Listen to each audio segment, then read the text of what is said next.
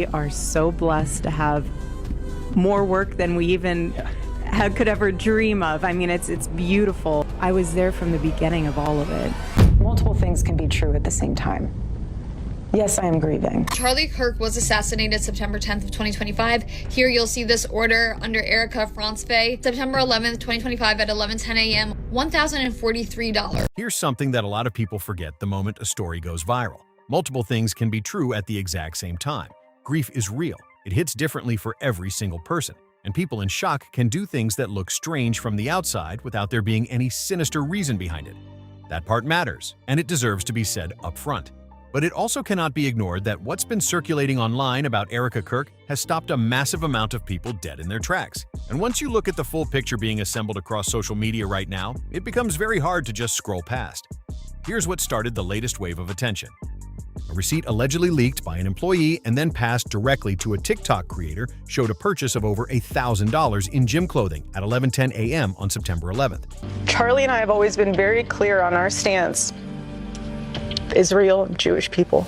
That timestamp would place the transaction less than 24 hours after her husband Charlie's very public and devastating death.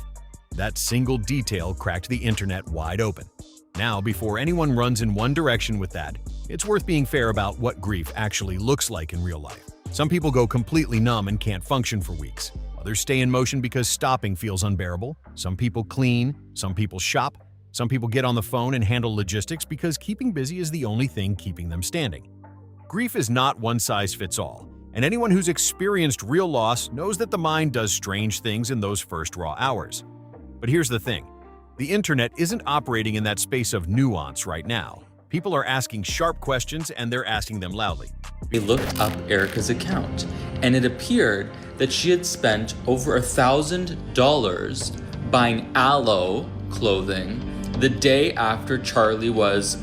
You can see it clear as day on the receipt, which I will show you guys for transparency, that Erika Kirk, her maiden name, purchased $1,043.30 worth of clothing on September 11th, 2025 at 11:10 a.m. Because if the person you built your entire life with, the father of your children, is suddenly gone in the most shocking and public way imaginable, what does that next morning actually look like for you emotionally? That's the question people keep coming back to. And the gym clothing receipt is what pushed it from quiet curiosity into full-blown controversy. Critics didn't stop at the receipt, though. Not even close. That moment became the entry point into a much bigger conversation that's been building for a while now. People started pulling up timelines, old interviews, public appearances, past decisions, and they started laying everything side by side trying to figure out if what they were seeing added up. 3 weeks after the guy's dead, she's out there with sparklers, they're doing Cirque du Soleil. Something's off, and there's a very good chance that this woman was his handler. How do you direct a guy like that who's incredibly important? He's running the largest young voter, registration organization. He's handling large sums of money. So you have a handler. Because even though she was his Mossad handler and probably had him killed, no marriage is perfect. None.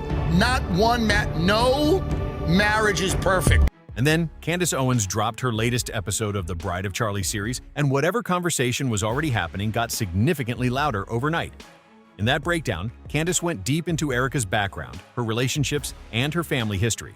She also played a clip from comedian Tim Dillon, where he claimed Erika may have had a far bigger role behind the scenes than anyone publicly acknowledged.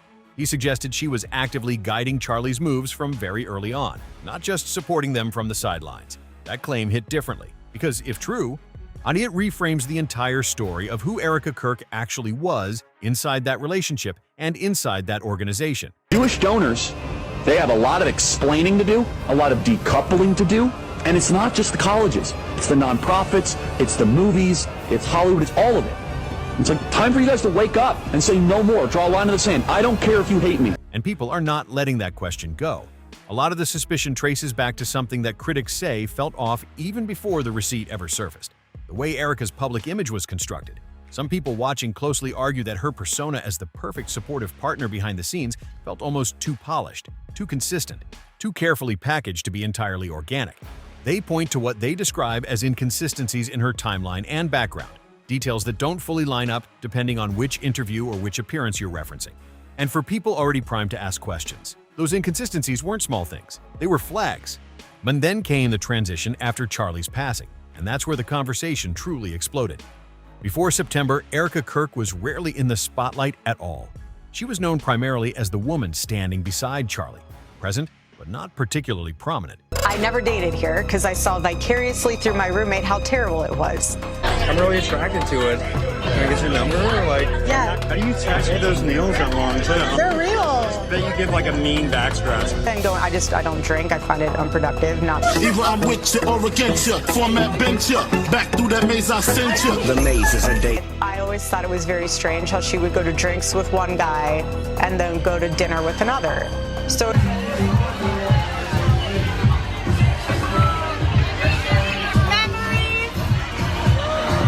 Then everything changed fast. Within a short window, she stepped into a significantly more visible leadership role. Interviews started appearing. Public appearances increased. She was suddenly front and center in conversations she hadn't previously been part of. Some people looked at that and saw a woman doing what had to be done during an impossibly hard moment. When a major public figure is suddenly gone, someone has to step up. Someone has to keep things moving. That's not suspicious, that's necessity. But a completely different interpretation has been gaining serious traction. Critics aren't just questioning the fact that she stepped up. They're questioning the speed. How quickly did everything seem to click into place? How organized did the transition appear almost immediately? Erika's father, Kent Fronsvay, by the way, he's Kenneth Fronsvay, but he goes by Kent, was always in her life. So much so that for entire years of her childhood, Kent was actually a stay-at-home dad. My dad was a stay-at-home dad for a few years, and I gotta say it was really sweet and really special. Because to some people watching, it didn't look reactive at all. It looked like something that had already been mapped out, like plans that were already in motion long before the public had any idea. And once that framing gets introduced into the conversation, people stop watching casually. They start rewatching, reanalyzing, pulling clips, comparing statements made in different interviews across different years, looking for the moment where the story they were told and the story that actually happened might have started to separate. There are other threads being pulled on simultaneously that are adding layers to this whole situation. People have raised questions about parts of Erika's described upbringing and whether the version shared publicly has been fully consistent across different tellings. For some, those differences feel like red flags. I found out that Jack Solomon is a major donor, and he also serves as a trustee for Hebrew University. If you trace back through her family tree, on one side you have the Rothsteins, and the other you have the Solomon. Others argue that personal stories are complicated, that memory isn't perfect, and that taking statements out of their original context can make things look far more contradictory than they actually are. Attention has also turned toward her family connections, specifically her mother's reported involvement in business ventures touching technology and government-adjacent sectors. Some people see professional networks and nothing more. Others think those connections deserve a closer look, given everything else being discussed. There have also been claims circulating about business activities involving data-related technologies. Some users online say they've noticed things that feel targeted or coordinated. Others push back hard and say those claims are nearly impossible to verify and shouldn't be treated as established fact without serious evidence. Erika Kirk has been appointed to the Air Force Academy Board. Yeah. I'm here for it. I love it. That's what you need to know on this Tuesday morning. So you get back to work, Goyam. You'll be lucky if you ever pay off those student loans, pay down that mortgage. Erika Kirk, on the other hand, well, she's just being handed promotions. Then there are discussions about name variations connected to people in her extended network. That particular detail has sparked curiosity in some corners and eye rolls in others. People pointing out that names change for completely ordinary reasons, including business privacy, personal preference, or marriage. It doesn't automatically mean anything without context. Earlier media appearances where Erika was speaking on topics like national security and infrastructure have also been pulled back into the conversation. Critics question whether her background at the time gave her the standing to be speaking on those subjects. And I'm here today with the incredible Dr. Peter Pry. He is the Executive Director of the Task Force on National and Homeland Security. He has served on the Congression EMP Commission, the Congression Strategic Posture Commission, the House Armed Services Committee, and the CIA. What our major security issue here in America is right now. And you could do this with a single nuclear weapon, just one nuclear weapon. Wow. And we have seen Iran, right in its military doctrine. This is basically why they want the bomb. We've also seen them practice. Supporters counter that public conversations have always included voices from outside traditional expert circles, and that isn't unique to her. Here's what makes this entire situation so hard to contain. It's no longer operating as one story. It has fractured into dozens of overlapping conversations happening across TikTok, YouTube, X, and Reddit simultaneously. Some of those conversations are disciplined and focused on verifiable details. Others have already gone deep into territory where speculation is being presented with the same confidence as confirmed fact. And that gap is dangerous. Real people's reputations and real lives are part of this discussion. When the difference between a documented fact and an unverified claim circulating online matters enormously. This Nicole Rothstein, who defends her in the comments currently, by the way, and says, Erika, people were asking why it seems like now there's this bend towards Israel, and Nicole Rothstein was like, I'm her cousin, she's half Jewish. But once a story hits this level of viral momentum, that distinction gets harder and harder to maintain in practice. A single claim becomes a theory. A theory becomes a narrative. A narrative becomes something that thousands of people are repeating as though it's been established. That's the environment this story is living in right now. And then there's the deeper question underneath all the surface-level drama, the one that keeps surfacing no matter how many new details emerge. I think that we view an EMP attack as something that's really might not happen, but at the same time, it will affect everybody. Who is Erika Kirk, really? People are trying to reconcile two very different versions of the same person. The Erika who spoke publicly about being grounded in family life, present at home, supportive in a background role, and the Erika who is now traveling, leading, speaking on major platforms, and operating at a level of public visibility that would have seemed completely out of character based on everything she presented before. Now, to be completely fair, people change. Circumstances force transitions that nobody fully planned for. A crisis can push someone into a role they were never publicly positioned for, and that doesn't make the transition suspicious by default. But when a shift happens this fast, this completely, and in the immediate aftermath of something this dramatic, the human instinct is to ask questions. That instinct isn't automatically unfair. What makes this harder is that the gaps haven't been clearly addressed. The timeline questions, the background inconsistencies people claim to have found, the speed of the public transition. But none of those things have been met with direct, detailed responses that satisfied the people asking. And in the absence of clear answers, speculation doesn't slow down. It accelerates.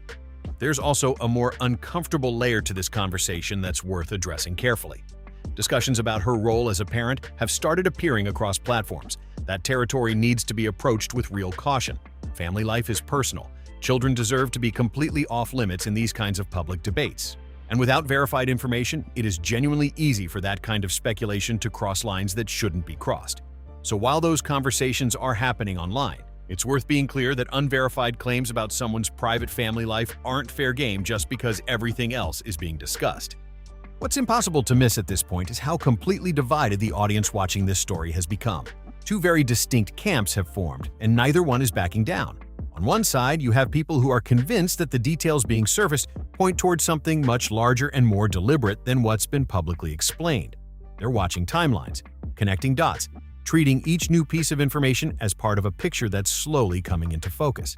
For this group, the receipt was never just a receipt. It was confirmation that something didn't add up long before that. On the other side, you have people pushing back hard against exactly that kind of thinking. They're calling out the leap from "this looks strange" to "this proves something."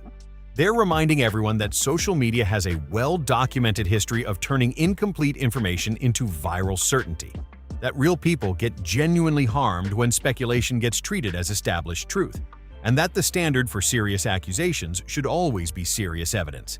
Both sides are loud, both sides have real points, and both sides are shaping how this story keeps evolving in real time.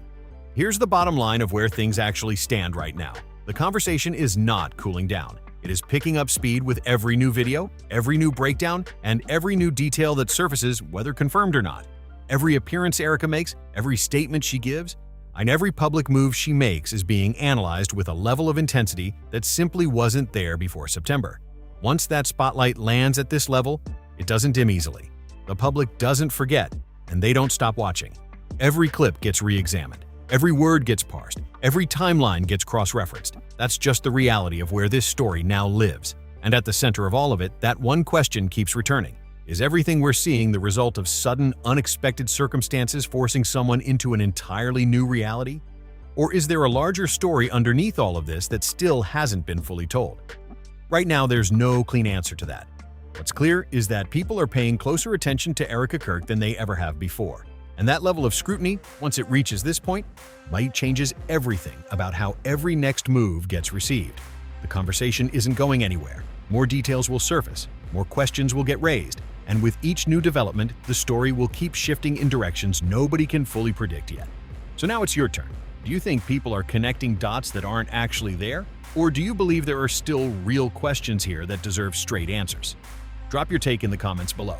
Hit the like button if this breakdown was worth your time. Share it with someone following this story closely. And subscribe so you don't miss what comes next, because this one is far from over.